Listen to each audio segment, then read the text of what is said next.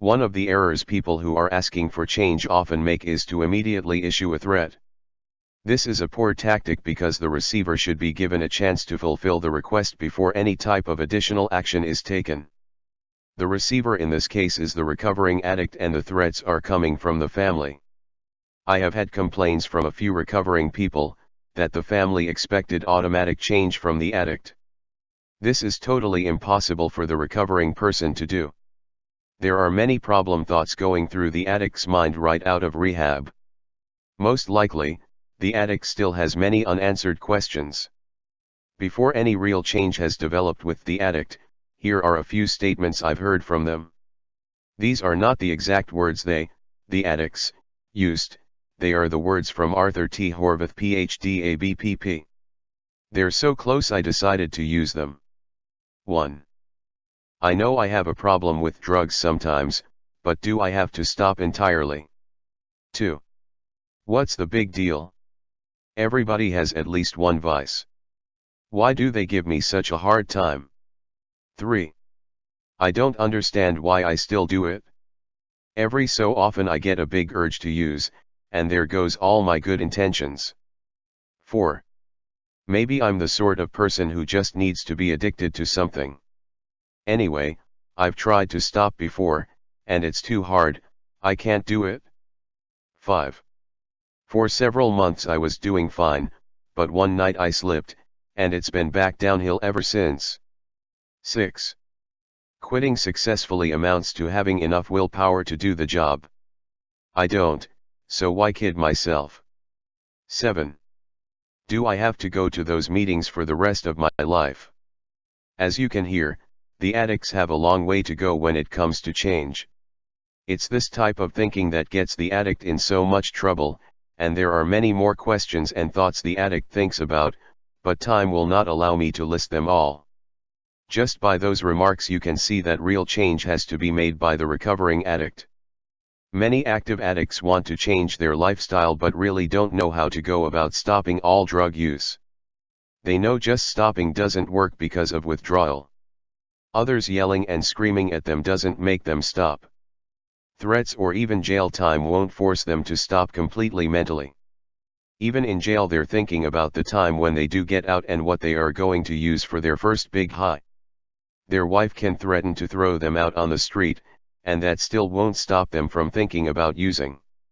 The sad part about this situation is that some addicts do, indeed, want to stop, but they just don't know how to go about it. Sitting in a rehab and listening to a therapist tell all about addiction does very little with encouraging an addict to stop all drug use. Just how do you transform an active nasty drug-abusing addict to a respectable social human being that doesn't need drugs to survive day after day? Now, sit tight and let's go on to part 7. The addict has to realize, good clean living is one of the main goals working through recovery. The clean living I speak of here was the lifestyle you were living before you got addicted. Now it's time to return back to that way of life and living. Your understanding of your brain and your brain's chemical intelligence will guide you back to your once clean and respectable lifestyle. If you come to understand that it was the drug high that got you going with the addiction, recovery can be made easier if you realize that the drugs got you addicted and nothing and no one else. Your mother, father, brother, or sister did not cause your addiction, your drugs did. I used to sit back in my chair and think about my future in the present moment about how well things could be again for the family. I would just sit there and visualize the happy times we used to have together. I know I told you to beware of those daydreams of your past, but I never went into my past. I was looking at my future about how it could be, and it can be again if I stayed on track with my recovery. I was just thinking about rewiring my brain cells, my neuropathways of my past good times I had with my family to my present moment, and I came to realize that there were some parts of my past history, dealing with my family helped me get through the painful shame of the past situation. What I'm trying to say is I was fixing some parts of my painful past history with good positive times of my past. There are so many different positive ways you can repair your past with good positive ways also from your past. For example, my wife's company picnic, There were times I would run straight for the booze as soon as we got there, and after an hour or so I would be pretty well wasted. I did nothing but embarrass my wife, and we always ended up leaving early. But I found out I could push that experience back out of the way by staying with the company picnic and just thinking of the very good times we had when there was no booze involved. This is what I called working through recovery, by coming up with some good positive self-made treatment remedies, by creating your own treatment, starting with a painful situation, and then finishing or changing the situation with many positive feelings from the same situation. Now it's time for part 7.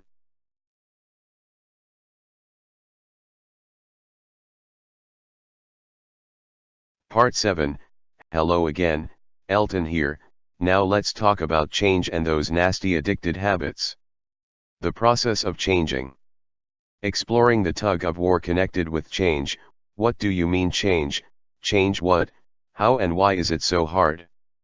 Did you ever wonder why you keep doing the same old things, feeling the same old way, day after day, year after year, never giving it any thought of why you kept doing the same old stuff time after time? If you have been in recovery for some time, you have experienced some form of change. Yet there are certain thoughts and feelings that, regardless of how hard you try, you just cannot seem to change. How many times have you asked yourself, why do I keep doing the same old things all the time? And how many of you have wondered, I've been in recovery, it seems, for a long time, why do I still hurt? Many people really don't realize that what they are doing and feeling is made possible simply because a habit. Why? Because you gave birth, developed, however you want to say it, you created them, you made them, now you own them. Many people just don't realize that change is made hard because of those nasty old habits. Even a simple task like tying our shoelaces, or walking through a door, eating, washing, studying, thinking, feeling, all could not be accomplished without forming some kind of habit to control the situation automatically. We do these things and we don't even have to think about them first, they just seem to be there when we need them. If I were to tell you that due to the nature of habit, habitual reactions control our very existence, and that we could not survive without habit.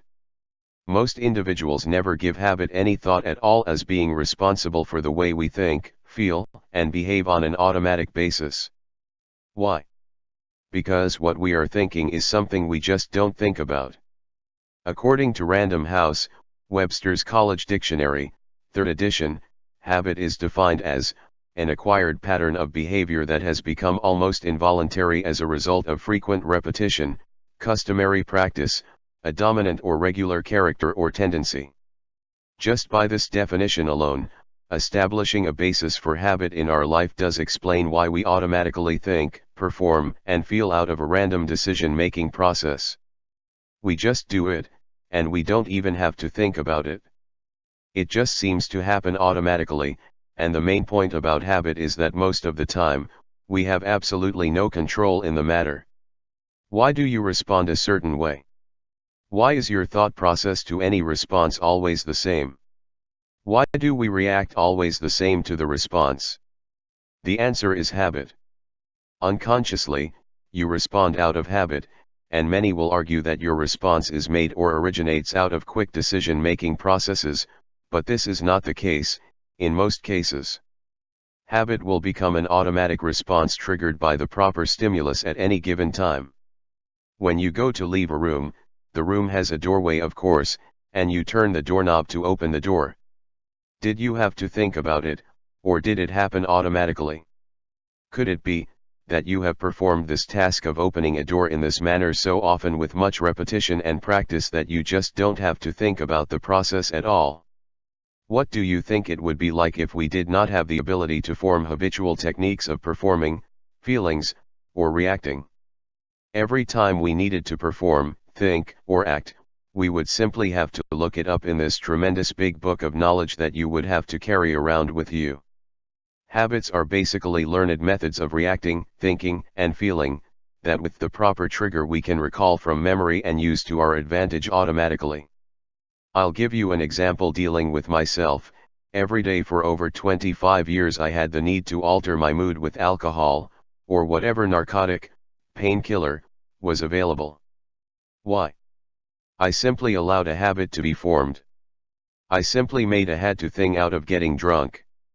What is recovery? Recovery is changing. What is changing? Changing is rebounding from drug addiction. A little reminder, recovery is used in this profile because recovery is what people are used to hearing. Recovery is the rebounding from your addiction. The addict doesn't recover, the addict rebounds back to straight normal thinking and behaving. If addiction was a disease, the addict would recover. Because addiction is not a disease, the addict rebounds back to reality. Through repetition and constant practice, abusing any drug becomes a normal doable life function. Your learned past experiences that created a habitual response will dictate you present, every day, methods of dealing with your feelings, thoughts, and you will react according to your past methods of reacting. If this is hard for you to comprehend, think of it this way: why are you in recovery today, and why are you seeking help?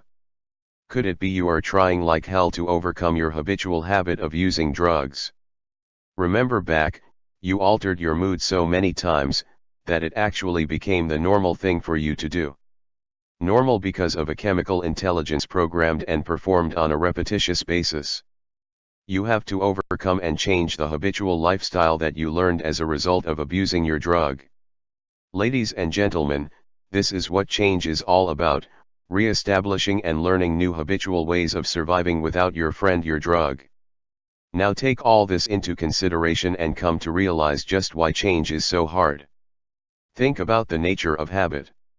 The psychology of addiction, basically it's nothing more than changing habitual ways of thinking. In the beginning you programmed the addiction, and now you must program a change that rewards you, but not with the use of psychoactive drugs. It's that simple, people, yet it's not that easy. I believe we all know with first-hand experience just how hard it is to make this change. Habits have certain characteristics. It may be easier for you to tackle these unwanted habits if you were aware of just how habits get and keep their strong hold on you. The best and foremost explanation and recovery techniques that I came across are from Ernie Larson. And I believe it's extremely important to go over Ernie's outline of understanding the nature of habit. You may on occasion hear habitual mentioned. This is another term to express habit or conditioned functioning. Right now, take your finger and place the finger right in the middle of your forehead, just about 1 inch above your nose. About 1 inch deep, or back into your skull, the cortex is located, along with the thought processing part of your brain. In this area is our inhibitory center. This particular portion of your brain deals directly with the maintaining of civilized man. It is the most modern part of the human brain, and this area separates us from our animal instincts. It's the controlling center basically that keeps us civilized. Animals will attack one another, and eat or eliminate one another. This inhibitory center allows the human creature to act civilized. Also, the inhibitory holds our valuable past learned experiences, as dealing with behavior. And as we all know, alcohol or any CNS depressant lowers our inhibitions and may bring out all those nasty inhibitions one has inside. How many of you have heard people talk about an alcoholic as being a good drunk, not a nasty person but a drunk that usually never caused any trouble, no fighting, no police arrest record, never beat the hell out of his or her spouse or children? Think back and remember your childhood. Was it pleasant, chaotic, or just how was it? If your childhood was nothing but fighting, disruptive arguments, codependent in a sense, and in your adulthood upon getting a belly full of booze and becoming intoxicated, these past disrupted inhibitions are what's going to surface. I believe everyone has a good and bad mask they show society, and here we can identify which mask is being worn by the A and B personality definition describing the alcoholic and drug addict. There's one thing we need to get straight right now. You have heard me address the alcoholic and drug addict as two different individuals. Well, from here on, when I address the drug addict, I address both, simply because alcohol is a drug. You know, a rose is a rose, a spade is a spade, a drunk is a drug addict, and vice versa. Your drugs of choice are not particular, it's not going to examine you to see who you are, and it's going to get you no matter what gender, race, or religion. Take my word for it, drugs are not bias, they are not going to censor you out in relationship to whatever you may be. I hear so many declare, the drug made me do it. The drug did not make you do anything that was not already there. What your drug did do is basically just bring out who you are and what you are, as with, I am an addict, addicted to drugs. Take a normal looking orange, a piece of fruit, squeeze it hard. What do you get out of the orange? You get orange juice. Why? Because that's all the orange has inside. Wayne Dyer, the orange can't produce anything else because that's all it's chemically programmed to have inside it. Take the everyday drug addict, squeeze or pressure that drug addict. What do you believe is going to come out? Whatever he or she has inside, therefore, whether the addict is nice, pleasant, or mean and nasty, past inhibitions are going to come out. Another way of expressing it, the passive drunk, and/or the chaotic, disarranged, disrupted, evil, short-tempered type drunk. If you are following all this, and have got it all together, picture in your mind just how important certain issues dealing with recovery are so important for the individual to work through. After all, most of the abnormal drug-related behaviors and attitude came out while involved with the family. As a result, the family has to counteract the foolish actions by the addict by simply giving it back to him. In other words, give back the same thing they received as far as anger and meanness out of the out-of-controlled addict. Now, let's get back to the nature of habit. The average person will go to any length to hold onto a programmed habitual way of doing, feeling, and thinking. You can call it the easy way out, the only way, your norm, what comes natural, call it what you like, but it's still a learned behavior no matter what name or label you give the habit. Habits are neither good, nor bad, it's the nature of your perception of the behavior that makes it good or bad.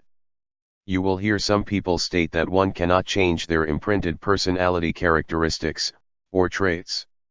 I say to this, if you believe this is true, then you might as well just forget about recovery. I hear this all the time, I am who I am, I can't change who I am. If you consider yourself in recovery, and you believe in this bull, then, I see absolutely no real reason for you to go any further. Understanding the dynamics behind learned negative drug-related behaviors is understanding the nature of habit. Ernie Larson in his Stage 2 Recovery album does a profound job in explaining the imposter phenomenon behind one being controlled by one's habitual imprinted methods. By the way, I got the phrase imposter phenomenon from Dr. Pauline Rose Clance, out of her series When Success Makes You Feel Like a Fake. The phrase, in my opinion, my humble opinion, fits the average drug addict like no other statement can. Think of your mind or brain as one very large personal computer. If you program this computer with certain information, just by pushing a button representing a thought, you can recall information you desire. The computer will automatically bring up the information it seems without hesitation. This is the way your mind recalls any programmed habit you possess. All your brain needs is the right signal, the right indicator, and once that signal is activated, it sends a signal to focus on a certain person, place, or thing. And it will continue to be recalled in the same manner unless you change the programming. Change does not mean that the habit is gone, it's that the indicator is no longer around to bring up the habit. You are the only one that holds the key, the code to enter the computer. Unless you change the program, it will stay the same forever. One more piece of wisdom: the habit, good or bad, doesn't care about the consequences it causes. It's there for a reason, and to change it, you must become aware of it. As you think, so shall you be, that's the nature of the game, ladies and gentlemen. It also is the exact nature of habit, and conditioning. Virtually, all personal growth, spiritual growth, and human development in any sense is the result of habit, genetic or imprinted.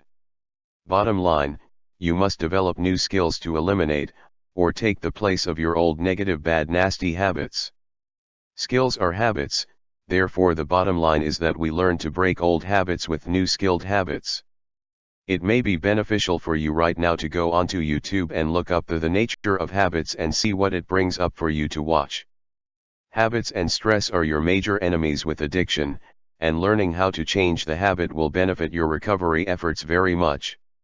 You're never really going to get completely rid of the addiction habit, but you can push it away so far that it will be very hard to come back. Once you get away from the addiction thinking, which in the thinking is where all your nasty addiction habits live, you are not likely to let the trigger harm you in any way. So be smart, learn a little about habits while you got the chance to. After you get this thing about habits down good, you will find your recovery moving along much easier. Remember, habits and stress are your worst enemies during early recovery. Never allow the last statement to get out of focus. If you do, you may end up in big trouble with your recovery efforts. Also keep in mind, as you think so shall you be. If you think stressful thoughts, you will get stressed out, and that's not good for you at all.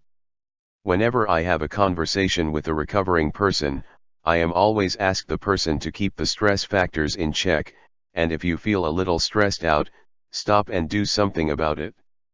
Now, let's go on to part 8 with Ernie Larson's The Nature of Habits. He does a very good job of explaining habits in general. It's quite obvious that habit is well known by just about everybody, but I wonder how many people know just how much trouble a habit can get a person into. Remember, everything's controlled by the brain, therefore, as you think, so shall you be. You think about relapsing, you will relapse. I don't care how many relapse-producing signals you come across, you're not going to relapse unless you start thinking about your relapse situation. You might do yourself a big favor if you simply just forget about the word trigger altogether. Learn to use your assertive right and tell yourself to stop all the stupid thinking. How do you fix the situation? Don't think about it. I believe relapse is an emotional thing with the addict. The way the addict is feeling at the time he is thinking about relapse will determine which way he will go. What would life be like without emotions? In some ways life would be better. We would not experience the distress associated with being upset or even withdrawal. We would never have to show our anger. There would be no unhappiness. On the other hand, without emotions there would be no happiness, laughter, or excitement. We would never know the pleasure of a good mood. There would be no happy feelings whatsoever. Although emotions can sometimes come and go and nothing is ever thought about them, but the ups and downs associated with our emotional states give life something of the quality of a roller coaster ride. Some people, like the drug addict, live a wild emotional life characterized by extreme highs and lows. Others lead a more rational emotional life. The highs and lows are not too extreme.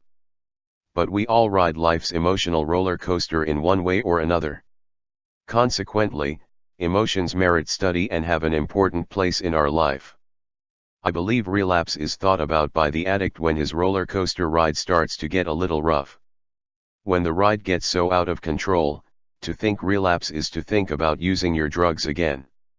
The addict has to learn how to gain control of his thinking before the ride gets too rough. And believe me, that ride can get very rough, so rough it just might cause the recovering person to start looking for a fix, like a drug. Now let's go on to part 8, those nasty addicted habits.